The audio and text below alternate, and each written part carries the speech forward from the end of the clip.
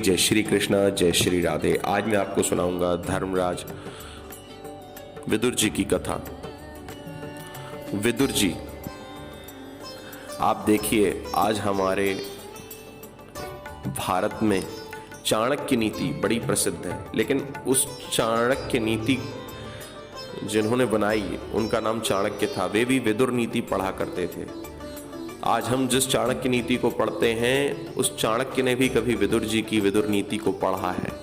तो भैया, विदुर नीति जो है बहुत ही प्राचीन है और महाभारत में इसका वर्णन है। चाणक्य नीति और विदुर नीति जो पढ़ लेता है वो बड़ा ही तार्किक बुद्धि वाला हो जाता है। आज भी बड़े बड़े वकील, बड़े बड़े फिलोसोफर विदुर नीति और चाणक्य नीति को पढ़ते हैं। विदुर जी बड़ी ही तर्कसंगत बात प्रस्तुत करते थे, बड़े ही न्यायपूर्ण व्यवहारी थे और इनका भगवान श्री कृष्ण में अद्भुत प्रेम था। भगवान श्री कृष्ण में विदुर जी का इतना प्रेम था कि जब भगवान श्री कृष्ण पांडव और कौरवों में सुलह कराने के लिए हस्तिनापुर में पधारे तो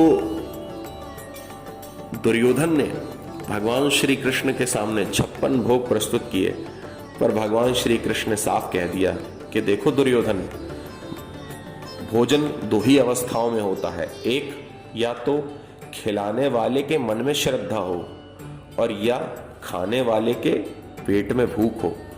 मेरे पेट में भूख नहीं, तुम्हारे पास श्रद्धा नहीं, इसीलिए भोजन का तो सवाल ही नहीं उठता। और यहाँ पर तर्क देते हुए भगवान श्री कृष्ण कहते हैं कि विदुर और विदुरानी ने मुझे अपने घर पर भोजन के लिए आमंत्रित किया है। जब ये बात भगवान श्री कृष्ण दुर्योधन से कह रहे थे तो उस समय राजसभा में आम जनता के बीच में विदुर जी खड़े खड़े ये सब सुन रहे थे।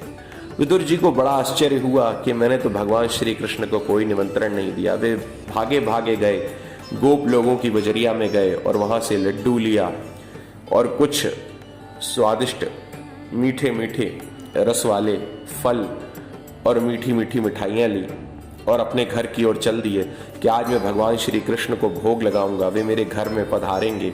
लेकिन यहाँ भगवान श्री कृष्ण विदुर के आने से पहले ही विदुर जी के घर में पहुंच गए।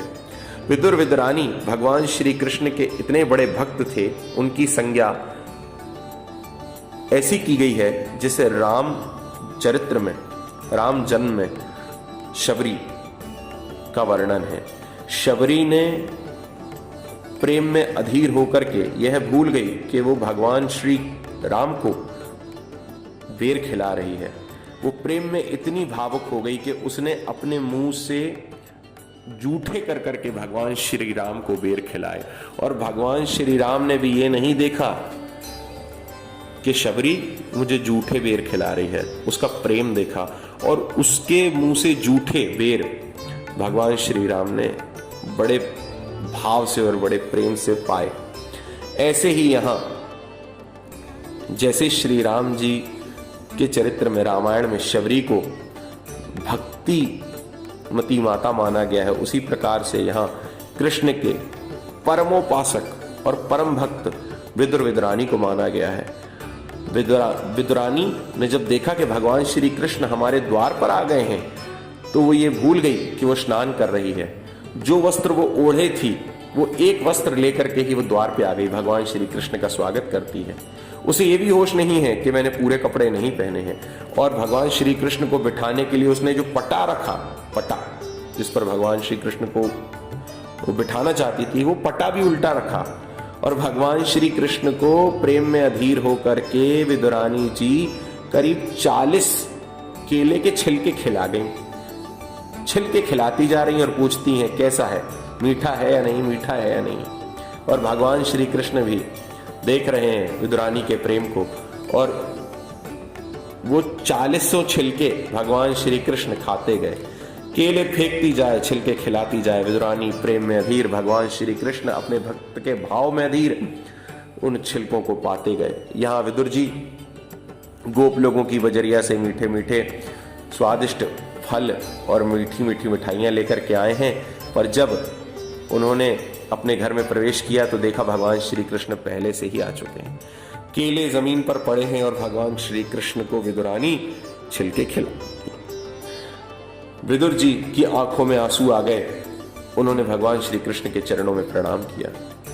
अगर विदुर जी का जो न्याय संगत, तर्क संगत विधान था उन्हें कौरवों ने माना होता तो महाभारत जैसी विभीषिका कभी न होती, हजारों लाखों स्त्रियां कभी विधवा न होती, लाखों करोड़ों बच्चे कभी अनाथ न होते और ये भूमि रक्त से रंजित न होती।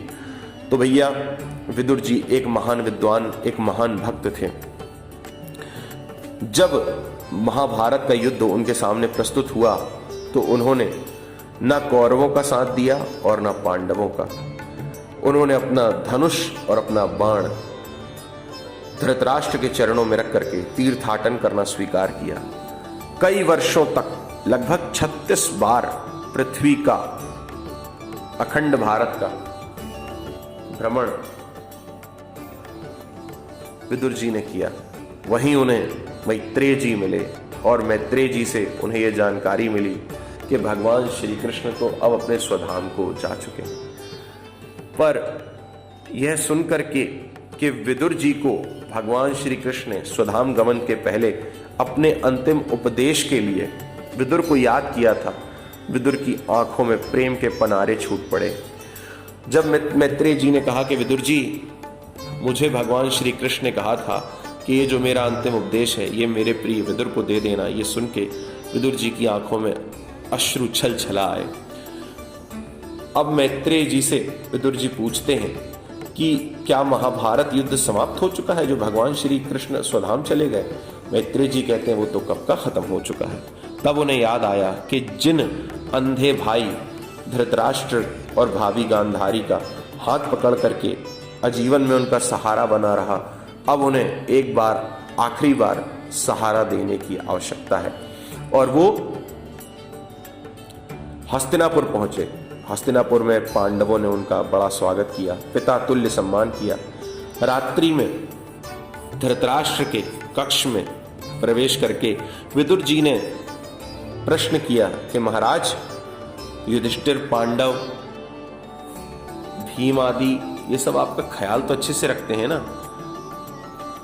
धृतराष्ट्र कहते हैं, अरे भैया विदुर जी, ये तो मेरे दुर्योधन से भी ज्यादा मेरा ख्याल रखते हैं।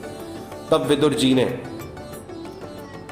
छिटकारते हुए, डांटते हुए धृतराष्ट्र से कहा कि महाराज, आपको शर्म नहीं आती? आदत्ते गृहपालवत, एक कुत्ते की तरह आप जी रहे हैं इन पांडवों के साथ। अरे आप इन्हें कल तक मारना चाहते थे और आज इन्हीं की रोटियों पर पल रहे हैं। धृतराष्ट्र की प्रज्ञा चक्षु जाग गई। उन्होंने कहा, देखो धृतराष्ट्र, देखो विदुर, क्षमा कीजिएगा, देखो विदुर, तुमने आजीवन मुझे सहारा दिया, पर अब ये अंतिम बार है। तुम मुझे बताओ कि मुझे कहाँ जाना चाहिए, क्या करना चाहिए और किस प्रकार से मैं परम धाम को प्राप्त कर सकता हूं। तब विदुर जी धृतराष्ट्र को हरिद्वार की ओर लेके आए। गांधारी ने देखा कि मेरे पतिदेव धृतराष्ट्र हस्तिनापुर से जा रहे हैं, तो वो भी उन्हीं का अनुसरण करते हुए धृतराष्ट्र का हाथ पकड़ करके गांधारी हरिद्वार में आ गई। यहां सप्त सरोवर, जहां सप्त ऋषियों ने तपस्या की है, वहीं पर विदुर जी ने धृतराष्ट्र और गांधारी के लिए एक पर्णकुटी बनाई। उस पर्णकुटी में निराहार रह करके, भजन तपस्या करके धृतराष्ट्र ने और गांधारी ने विदुर जी के बताए हुए उपदेश को धारण करके परम पद को प्राप्त किया। तो विदुर जी एक महान संत थे, एक महान भक्त थे और उन धर्मपरायण विदुर जी के वश में भगवान श्री कृष्ण थे। ये विदुर जी का चरित्र था। जय जय श्री कृष्णा, जय जय श्री राधे।